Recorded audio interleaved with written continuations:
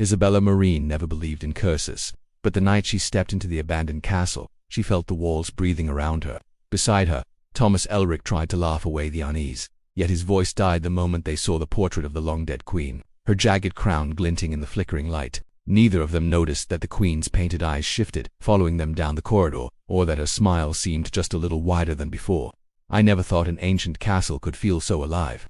When I arrived, the villagers had tried to warn me, though they spoke only in half-muttered tales. Avoiding the castle's name as if the mere mention might summon its queen from the grave, they called it cursed, a place where shadows did not behave like shadows should. I pretended not to believe them, though deep down I felt the same unease. Something in the way they looked at me, their eyes lowered, their hands gripping their coats tighter, made me wonder if I was walking into a trap I could never leave. The castle stood on the highest cliff, overlooking the valley like a watchful predator. Its towers were fractured, leaning as though exhausted from centuries of storms, and black vines crawled up the stone walls, strangling the windows until they looked like hollow eyes. As I crossed the iron gates, I felt an odd chill sweep over me, sharper than the autumn wind. The air was different there, thicker, almost heavy in my lungs. Inside, the corridors stretched far longer than they should have. The floors groaned under every step, the sound traveling into unseen chambers. My candlelight wavered as though pushed by invisible breath. In some places, the air smelled of rot, in others of rusted iron, and sometimes of nothing at all, as if the air itself had been stolen away. I had been told I was free to roam anywhere except the throne room. They did not give me a reason, and I did not ask, but the warning stayed lodged in my mind like a thorn. At night, the castle did not sleep. The wind pushed against the shutters, but the sounds I heard were not the wind. Slow, deliberate footsteps echoed through empty corridors, always just far enough away that I could never see who or what was making them. Sometimes the sound came from above me, as though someone was pacing across the ceiling beams. Other times it circled my chamber door, pausing as though listening for movement. I would hold my breath until the steps faded into silence. My chamber was decorated with faded tapestries. Their once rich colors bled into dull stains, but it was the painting above the fireplace that unsettled me most. It showed the queen in her full glory, draped in velvet, her crown jagged and cruel as though forged to wound whoever wore it. Her eyes were the worst part. No matter where I stood, they locked onto me, glimmering with an intelligence that made my skin crawl. That first night, I draped a sheet over the painting before I slept. Yet when I woke in the morning, the sheet was gone. It lay crumpled in the far corner of the room, as if someone had torn it away and tossed it aside. That second night, I dreamed of her. The dream was sharp, clearer than reality. I stood in a vast hall of stone, the queen seated on a black throne. Her face was hidden behind a veil, but I knew she was watching me. When I tried to look away, I found my body frozen, my head locked in place. A crushing weight bore down on my skull until I felt bones splintering inside me. I woke with a gasp, sweat soaking through the sheets, the taste of metal thick in my mouth. My head throbbed as though the dream had been real. I tried to convince myself it was only my imagination, that the castle was seeping into my mind, twisting my thoughts. But then I noticed something I could not explain. The queen's painted eyes seemed brighter than before. The dull brown that once filled them now gleamed with a faint shine, as though freshly painted, as though alive. I stepped closer, my candle held high, and I swore I saw the faintest movement in the corners of her lips, a twitch like the beginning of a smile. I blew out the candle and buried myself under the sheets, desperate for sleep to take me before the fear did. But I did not rest. A cold weight pressed down on my chest, pinning me in place. My breath grew shallow, and I could feel the invisible presence leaning closer, closer, until I could make out the faint outline of the queen's crown above me. That was when I realized I was not alone in the room. The following day I wandered the castle halls with a heaviness in my chest. No amount of light from the high, narrow windows could lift the gloom that clung to every stone. I tried to convince myself that the figure I had seen leaning over me was only a dream, born from exhaustion and fear, but my body remembered the weight pressing against me. My ribs ached, and my skin tingled as though touched by unseen hands. The thought of sleeping again filled me with dread. I avoided my chamber as much as possible, exploring the corridors in a desperate attempt to distract myself. Yet the castle seemed determined to lead me in circles. Each hall resembled the last long stretches of stone with doors locked tight, their handles cold as ice when I tried them. At first I thought I was simply disoriented, but then I realized something worse. Certain details shifted when I turned corners. A tapestry that had once hung on the left wall now hung on the right. A window I had passed seemed smaller when I returned. The building itself was rearranging around me, bending me to its will. The whispers began that afternoon. I heard them faintly when I pressed my ear against the walls, murmurs too soft to understand. They grew louder the longer I listened, swelling into overlapping chants that carried no meaning yet filled me with unease. When I pulled away, I found my cheek cold and damp, as if the stone itself had exhaled against me. Sleep came reluctantly that night. The moment I closed my eyes, I was standing in the throne room again. Though I had never entered it in waking life, it stretched impossibly wide, a cavern of shadows. At its far end, the queen sat on her throne. She was draped in black, her head bowed beneath the weight of her cruel crown. Her face was hidden behind a veil that fluttered, though there was no wind. My feet sank into the floor with every step forward, and when I looked down, I saw that the ground was not stone but a sea of bones. Each step cracked through brittle remains, their empty sockets staring up at me as if begging for release. The queen never moved, never spoke, but I felt her watching me from beneath the veil, her attention a burning weight I could not escape. I woke in the middle of the night, gasping, clutching at my chest. My room was silent, but I felt the dream had followed me into waking. The painting confirmed it.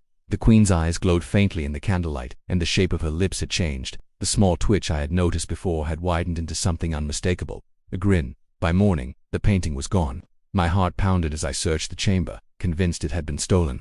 But I soon found it again, no longer above my fireplace, but at the end of the hallway. Its frame leaned crooked against the wall as though waiting for me. I tried to ignore it, to turn back, but the longer I looked, the more I felt drawn toward it. Each time I left my room, the painting had moved further down the hall, leading me onward like a trail of bait. My candle flickered more violently the closer I came, and the air grew thick with the same metallic scent that haunted the corridors. I followed unwillingly, step after step, until at last I reached the end of the hall. My skin crawled when I realized where the painting had led me. The throne room doors loomed before me, massive and ancient, their black wood etched with carvings that pulsed faintly in the dim light like veins beneath skin. My hand shook as I reached for the handle, but I pulled back in time. The metal glowed red hot, and when I touched it by mistake, my palm blistered instantly. Pain shot up my arm, and I stumbled away, clutching my burned hand against my chest. I told myself I would not return. I would avoid the throne room, avoid the painting, avoid everything that tried to draw me closer. But as I turned away, I noticed something that froze me in place. The throne room doors, which I had seen tightly shut since the day I arrived, now stood wide open, waiting, and the painting of the queen was gone. I should have turned back the moment I saw those doors open, but something inside me pulled me forward. The silence of the castle was unbearable, heavy and watchful, and stepping into the throne room felt like walking into the heart of its secrets. The air inside was colder than anywhere else, so cold that every breath scraped against my throat like shards of ice. My candlelight quivered, struggling to illuminate the vast space. The chamber stretched endlessly, its high ceiling swallowed in darkness. Enormous columns rose like stone trees, vanishing into shadow. Torn red banners dangled from the walls, their edges frayed, the fabric swaying though no breeze moved. The smell was unmistakable, a blend of dust, mold, and iron, thick enough to cling to the back of my tongue. At the far end, raised above jagged black steps, stood the throne. It was carved from some dark stone I couldn't identify, sharp-edged and gleaming as though polished with centuries of blood. At first it seemed empty, but then my eyes caught the object resting on its seat, a crown. It gleamed faintly, though no light touched it. Its surface jagged and cruel, the points curving inward as if meant to dig into the wearer's skull. Every instinct told me to flee, yet my body betrayed me. My feet moved forward against my will, each step echoing across the hollow chamber. The ground beneath me was uneven, crunching under my boots. I looked down and froze. The floor was littered with tiny fragments, bones, cracked and powdered with age, spread thin across the chamber like sand. I swallowed hard, my stomach twisting, and forced my eyes away, but the sound of each step breaking them filled the silence like a scream. The closer I drew to the throne, the heavier the air became. A pressure grew in my chest, pushing against my lungs, as if the castle itself didn't want me breathing. My vision blurred, and shapes flickered in the corner of my eyes. For a fleeting moment, I saw her, the queen. She sat upon the throne, her body draped in black, her crown biting into her skull, her head tilted in eerie stillness. But when I blinked, she was gone, leaving only the empty seat and the crown waiting for me. I tried to stop walking, but my body refused. My hand lifted, trembling violently, as though invisible strings pulled it forward. My fingertips brushed against the cold metal of the crown. The instant I touched it, pain shot through me, sharp and sudden, as though needles pierced my skin. My blood smeared across the jagged surface, disappearing into the cracks of the crown as if it drank from me. The chamber reacted instantly, the air filled with low guttural chanting that seemed to come from the walls themselves. The voices were countless, layered upon one another in a rhythm that made my skin crawl. I spun around, desperate to find the source, but the room was empty. Still, the voices grew louder, rising and falling in a language I couldn't understand, surrounding me from every direction. I dropped the crown, but it didn't fall. Instead, it sank slowly into the stone floor, as though the castle itself swallowed it whole. The chanting quickened, vibrating through the columns, through my bones. My candle went out, plunging me into darkness. Panic took hold of me. I stumbled backward, hands outstretched, but the floor shifted beneath my feet. The smooth stone gave way to something soft and damp.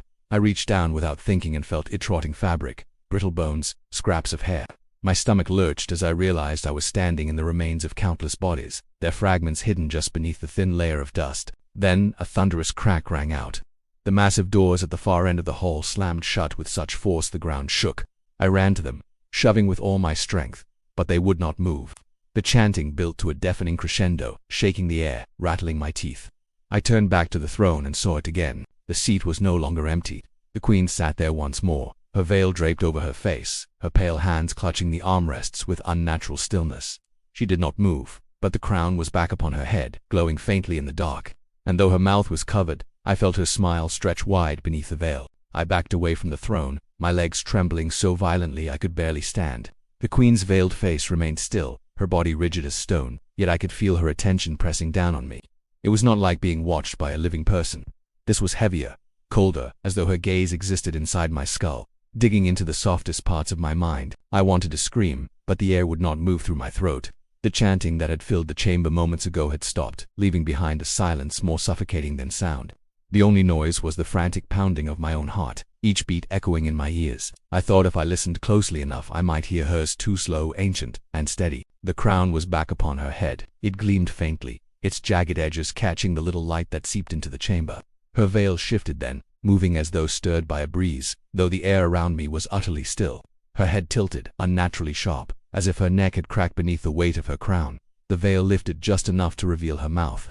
My blood turned to ice. Her lips were sewn shut, black threads digging into pale, cracked flesh. Yet despite the stitches, her voice slid into my mind, scraping and whispering all at once. It was not sound but thought, a voice that cut deeper than any blade. She told me I had disturbed her, that my blood had been taken, that the crown had accepted me and there was no return. I shook my head violently, clutching my ears, though it made no difference. Her words were not something I could block out. They were inside me, writhing like worms. The walls shuddered. The tall columns lining the chamber groaned and twisted.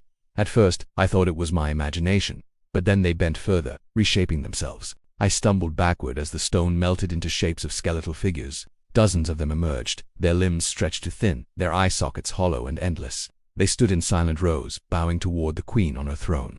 Their bones cracked as they bent, their empty sockets turning in unison to face me. I wanted to flee, to claw at the doors, to smash my way free, but my body refused to obey. I was frozen in place, pinned not by chains but by her will. My eyes darted to the floor in desperation, and that was when I saw it. The reflection. The stone beneath me shimmered like glass, showing a version of myself that was no longer mine. The figure in the reflection wore the crown. Its eyes were pits of black, its mouth sewn shut with the same thick threads as hers. It smiled, a grotesque stretching of skin that should not have been possible. My chest constricted as I tried to look away, but the reflection moved when I did not, tilting its head mockingly as though it were more real than I was. I felt my knees buckle, my hands clawing at the ground for balance, but even as I broke contact with the reflection, the image burned behind my eyelids. I closed my eyes, praying for darkness, but it was there still, etched into my mind like a brand. When I opened them again, the throne was empty. The queen had vanished, her presence withdrawn as swiftly as it had appeared. The skeletal figures straightened one by one, then melted back into the stone columns, their hollow eyes lingering on me until the very last. The silence returned, vast and unbearable. The doors behind me creaked slowly open, though I had not touched them. For a moment I thought I should run, escape while I still could, but something deep inside me knew it was too late. The crown had tasted me. The queen had marked me, and even though she was gone, I could feel her still, resting within the marrow of my bones. I stumbled back into the corridor, gasping for air as though I had been drowning. The hallway stretched endlessly before me, its shadows darker than before. My burned hand throbbed, blistered and raw, but I barely felt the pain. I could feel only her, and when I glanced back one last time at the throne room, my stomach twisted. The doors were closing again, but not by themselves. A pale hand reached out from the darkness and pulled them shut. I don't remember how I reached my chamber. My body carried me through the shifting halls, as if on its own, every step heavy, unsteady. When I pushed the door shut behind me, I leaned against it and gasped for air, my lungs burning. For a moment I thought I was safe, that the queen's presence had stayed behind in the throne room. But the silence in the chamber felt wrong. It wasn't the silence of emptiness, it was the silence of something waiting. The painting was back on the wall above my fireplace. I froze, my throat tightening as I stared at it. Something had changed. The queen's crown was gone, her head was bare now, her dark veil pulled low over her face, as though she had stepped aside to make room for someone else. My hands shook as I reached up to touch my head, and my stomach turned to ice when my fingers brushed something cold and jagged. The crown. It clung to my skull as though it had fused there, its sharp points digging into my scalp. I clawed at it with trembling hands, but the metal would not budge. Every tug only drove the spikes deeper, warm blood trickling down my temples.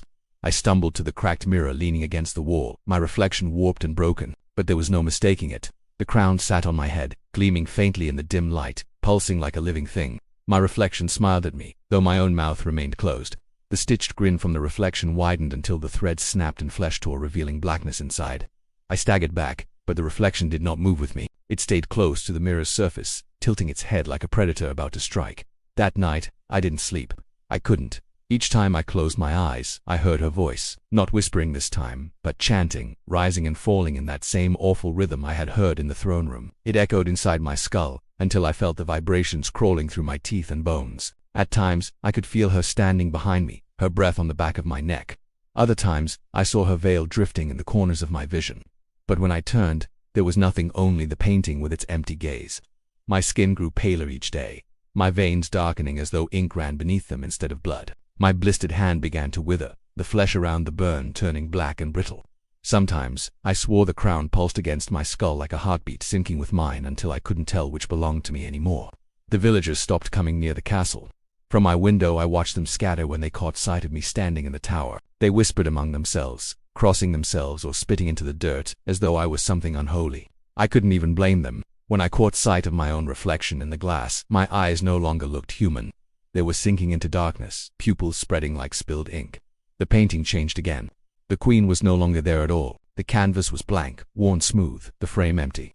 But sometimes, when the light flickered, I thought I could see her faint outline within it, as though she had only stepped deeper into the canvas, waiting for her chance to return. Or perhaps she had never left at all. The whispers are constant now. They don't stop even when I cover my ears or scream into the silence.